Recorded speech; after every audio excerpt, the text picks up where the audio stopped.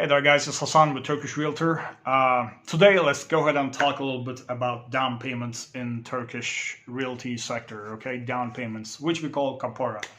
Some people also call it güvenlik, but most people knows down payment as the word KAPORA, okay? KAPORA. Now, according to Turkish law, there are two kinds of KAPORAs, okay? This is very important. Two kinds of KAPORAs. The first one is called bağlanma parası in Turkish. It means tie-up payment.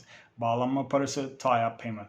The second kind of KAPORA, second kind of down payment, is known as cayma parası, which means retraction payment, okay? So first one is bağlanma parası, the second one is cayma parası. First one being tie-up payment, second one meaning retraction payments. And there are some very important differences between these two kinds of down payments and what happens to your money after you give it to the seller or the landlord. Depends on what kind of down payment, what kind of KAPORA it is, whether it's bağlanma parası or whether it's cayma parası, okay? Now let's go ahead and delve into the differences between these two kinds of down payments, these two kinds of KAPORAs. The first one, the tie-up payment, bağlanma parası, is the kind of KAPORA that basically officiates a preliminary agreement between the buyer and the seller, okay? A buyer and the seller. And basically shows, let's say that you are the buyer and you're the one who's giving the seller the KAPORA, the down payment. If it's a bağlanma parası type of KAPORA, then it basically shows the seller that you're serious about the purchase. And it kind of also serves as a proof, okay? If your KAPORA is a bağlanma parası, then if you change your mind later on and decide not to buy the house, then typically, generally speaking, you can get your money back, okay? Bağlanma parası doesn't really mean that there is any penalties associated. It's very easy to establish a bağlanma parası kind of KAPORA. You basically it can be just in a piece of paper and you put your name and your seller's name and a few terms and conditions, and boom, it's a bağlanma parası type of down payment. If it's a bağlanma parası tie-up kind of KAPORA, then you can get your payment back if you decide not to go ahead with the purchase, okay? Or if the seller decides not to sell to you, again, you can get your payment back. Now, if it is... Oh, by the way, before I move on to cayma parası, there's an important exception to this. If the seller can prove to the courts that he or she has sustained some sort of significant amount of cost and damage after having signed the tie-up payment, KAPORA agreement with you, then chances are you may not get your money back. But 99.99% of the cases, if you paid your KAPORA as a bağlanma parası, as tie-up payment, you can get your money back if you decide not to buy the house or if the seller decides not to sell to you, okay? The second one, let's move on to the second one. The second one is called the retraction payment, okay? Retraction payment. And in Turkish, we call that cayma parası. Cayma parası is a very specific kind of down payment, a very specific kind of KAPORA. And you basically give this KAPORA to the payment to show both that you are serious and basically to ask the seller not to sell to anybody else but you, okay? To get the property off the market.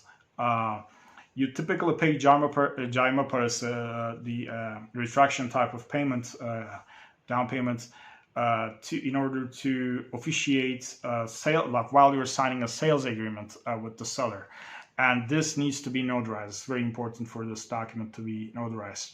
Now, after having paid a cayma parası, a retraction payment to the seller, if the seller decides not to sell to you, if the seller decides to suddenly hike the price up, if the seller comes to you and says, look, buddy, I'm sorry, I just got a better offer and I decided to sell the property to them because it's significantly higher or something like that.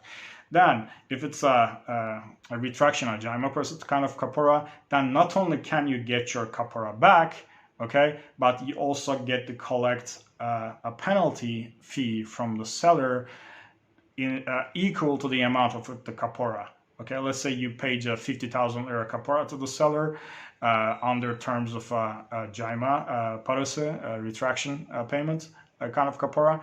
Then if the seller decides not to sell to you, then you get to collect your $50,000 plus you get to collect another $50,000 as a penalty from the seller, because the seller decided to not sell to you, okay? At least you get to double your KAPORA payments. Again, this is very important, and I couldn't emphasize this enough. A JAIMA parası type of KAPORA has to be notarized. If it's not notarized, it's not going to be valid, okay? A bağlanma parası, a tie-up type KAPORA payment doesn't have to be notarized. It can just be a piece of paper with your signature and the seller's signature, and perhaps the real estate agent's signature as the witness. But a JAIMA parası, a retraction payment type of KAPORA KAPORA agreement has to be notarized, okay? It needs to be spelled out. Everything in the JAIMA parası KAPORA agreement needs to be spelled out very carefully. Your name, the seller's name, the address of the property, the condition of the property, the dates of, okay, like when you paid the KAPORA payment and when you're going to be making the rest of the payment to the seller. Everything needs to be spelled out very carefully, and then the document needs to be notarized. It's very important for that document to be notarized. Otherwise, it won't be a JAIMA parası, it will be a bağlanma parası, okay? And the seller can decide not to sell to you and doesn't have to pay a penalty. If you have any doubts about what kind of KAPORA agreement you're about to sign, you should always check with the real estate agent that you're using, or maybe consult with an attorney if a lot of money is involved. And usually in these cases, a lot of the money is involved. So you should definitely consult with an attorney and the real estate agent that you really trust. You should always have the agreement translated into English or your whatever your native language is. And you should always read everything by yourself, line by line, and make sure that you really do agree to all the terms and conditions. It's very important. Let's go ahead and answer a few questions about KAPORAs, okay? The first one is, are you supposed to give the KAPORA to the real estate agent or to the seller? Let's say you're the buyer, right? And are you supposed to give the KAPORA payment, whatever type of KAPORA it is, are you supposed to give it to the real estate agent or the seller? This is a very common question. And the most common answer to this is the seller, okay? Typically, the real estate agent doesn't have anything to do with the KAPORA, okay? KAPORA is collected by the seller. It's basically an assurance to the seller by the buyer that he or she is serious about the purchase, and and the seller shouldn't sell the property to anybody else and take it off the market, please, while the buyer is gathering the rest of the money. Now, there are some exceptions to this because in certain cases, we real estate agents do get vekaletnames, kind of like special affidavits from the sellers, which authorizes us to basically collect KAPORA and even the full full payment of the sale on behalf of the seller, okay? And this requires a special notarized vekaletname. And in most cases, this doesn't happen, but it does happen if the seller is from a different city and has investments in in Istanbul or some other city perhaps, and doesn't have the time to travel. Maybe he or she may be on a business trip overseas or something like that. Simply doesn't have time to deal with the KAPORA collection and the sale of the property. In these cases, they do authorize us real estate agents to collect KAPORA. But in most cases, sellers directly deal with, even with the real estate agent present, sellers directly deal with the buyer and collect the KAPORA themselves, okay? It's kind of rare in Turkey for the real estate agent to collect KAPORA payments, but it does happen. It does happen. It's not unheard of. Another question is, can the real estate agent count the KAPORA payment toward his or her own earning? And the answer is no, okay? The real estate agent, we as real estate agents, earn whatever we earn when our sale agreement is finalized, okay? When the property has been bought and sold at the Tapu Cadastre and it's done. This is the point when we earn our commission. We are not supposed to be collecting KAPORA payments and counting it towards our own earnings, because KAPORA by law goes to the seller, and it's basically an assurance to the buyer, by the buyer to the seller, that he or she is serious about the purchase, okay? And KAPORA is by law collected by the seller, not by the real estate agent, unless the real estate agent, like I mentioned before, has a vekaletname has the special authorization to collect the KAPORA on behalf of the seller. Okay. Now, what should be on a down payment agreement? Well, needless to say, it needs to be a written agreement. Okay. You cannot just do these things verbally. It has to be a written agreement. You need to decide whether it will be tie-up payment type agreement, which also known as the bağlanma parası, or a retraction type payment, which we call the cayma parası. You need to decide whether which one to choose, and each one has its own advantages, like we mentioned before. And you of course need to specify the property's address, price, and the parties, the names of the buyer and the seller, and the date of the expected sale. The more information you have on the KAPORA agreement, the sale agreement, the better it is. Okay. And then you, of course, again, you have to read everything line by line and make sure that you cannot afford to just sign whatever they push in front of you and ask you to sign. Okay, you need to read everything for yourself.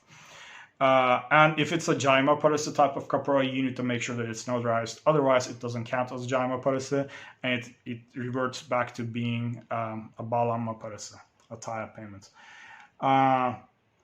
Again, can I get my KAPORA down payment back? If it's a tie-up payment, a bağlanma parası, then you can get your KAPORA back, no questions asked. Unless the seller can, after having received the KAPORA payment, unless the seller can prove to the courts that he or she has sustained significant damages because of you, okay, significant costs because of you, which is very hard to accomplish. So if it's a bağlanma parası, if it's a tie-up payment, then you can, in 99.9% of the cases, you can get your money back if you decide not to purchase the house, or if the seller decides not to sell to you. If it's a cayma parası, then you decide not to buy, then the seller gets to keep the KAPORA. Okay.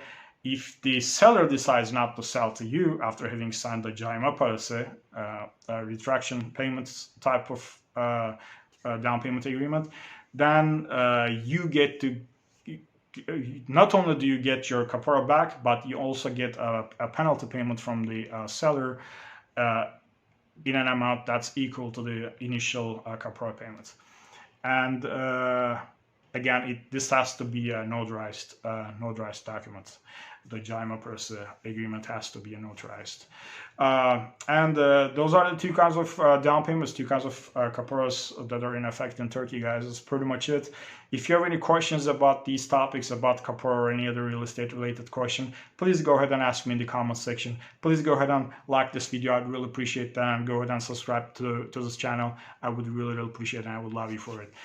Thanks again for watching, guys, and I'll see you in the next one. Bye.